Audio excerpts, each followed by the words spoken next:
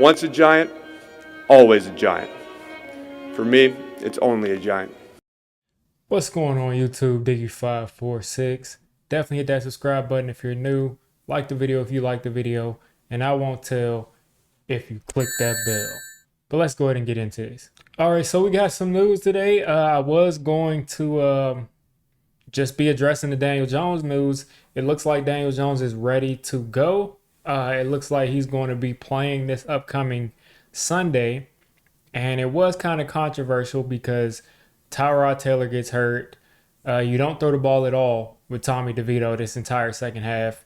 So people were kind of like, all of a sudden now Daniel Jones get cleared. So kind of makes me think that either Daniel Jones was kind of already cleared and they were just bringing him along slowly. And they were like, if we can continue to be competitive with Tyrod Taylor, we'll just let him heal up as much as possible. You know, maybe waiting for Andrew Thomas to come back, or some kind of nefarious things were involved and they cleared him before he's ready. I don't think that, because the Giants have been like, they have gone out of their way to be conservative as far as clearing people to play. So the narrative that they're just clearing him early and he's not ready and they're just putting him out there, I mean, I just don't believe that. But I do think probably they were going to hold him out longer. But because Tyrod Taylor is in the hospital, or he got out this morning, happy to see that he's out and he's not in the hospital anymore. Because of that, Daniel Jones is probably coming back earlier than they would have brought him back. But I think he was already cleared. But that's just my opinion. What they say is that he was cleared on Sunday before the game. And Brian Dable says he didn't know that Daniel Jones was cleared until after the game. That doesn't add up to me. It just doesn't add up to me. I mean, Daniel Jones didn't tell him he was cleared. That just doesn't add up to me. I mean, if he was cleared before the game, Brian Dable knows. If anybody knows, Brian Dable knows. So that part we'll just never know the truth on. But nonetheless, Daniel Jones is going to be ready to play this Sunday. Hopefully he has Andrew Thomas back. I'm assuming he's back, or they wouldn't probably be bringing him back. The Raiders it's the perfect game to bring Daniel Jones back because they're not really that crazy of a team. I mean, they have Max Crosby, but we're going to have Andrew Thomas. So I just don't see the Raiders as being like a horrible game to bring him back.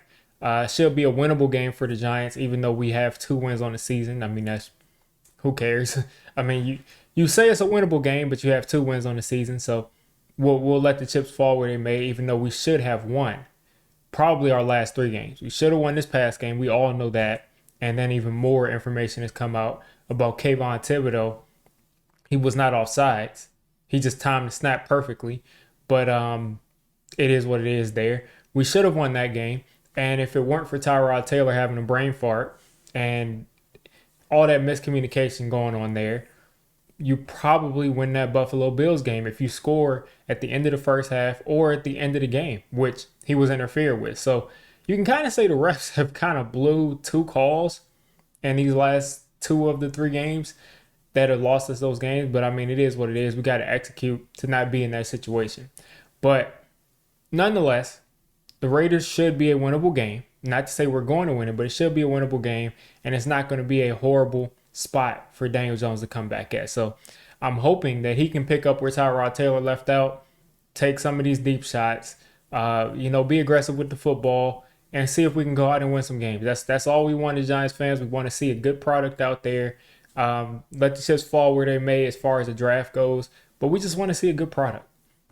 So the next news, the big news of today, even bigger than the Daniel Jones news probably, is that we expected moves to be made at the trade deadline. I thought that the most obvious move that needed to be made was Adoree Jackson being traded because we got the 3 young corners. But Adoree Jackson wasn't traded, at least yet. Leonard Williams was traded. Leo got traded for a 2nd rounder, which I thought was great value for Leonard Williams, and a 5th rounder next year. So we traded away a 3rd round pick for Leonard Williams, and it looks like we're going to get back a 2nd and a 5.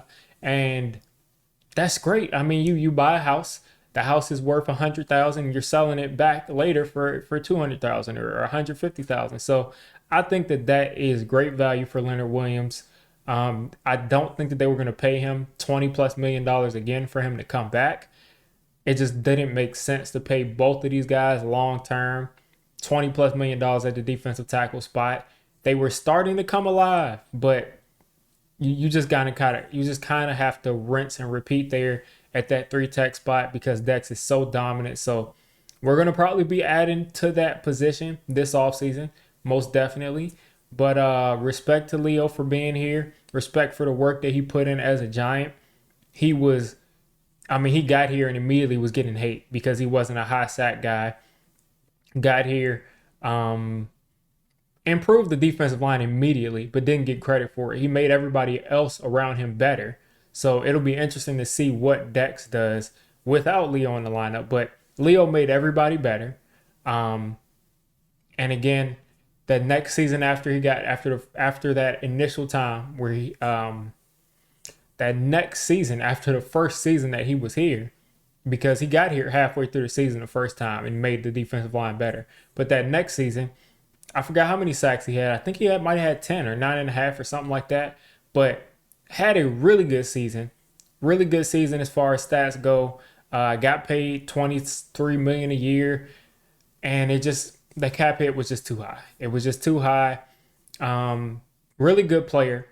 I've seen some Giants fans say that he's just not a good player or, he's overrated. He's definitely not overrated. Didn't always get the numbers, but really good player. He's going to make a lot of noise over there in Seattle. We don't play Seattle anymore this year, so we won't play against them. But you got to think Seattle's going to re-sign him. You got to think Seattle is going to go out there and already be working on a contract to pay him probably upwards of $20 million a year, maybe 18 because he's a little bit older, but probably about 20-something million a year for the next 3 years because they gave up a 2 for him. So you're not going to give up a second-round pick for a guy and just let him walk a couple months later. So I think we got great value there. I think we got absolutely great value. Kayvon is getting better. Dex is the guy that he is. If Azeez could stay healthy, if he could stay healthy, it would be wonderful.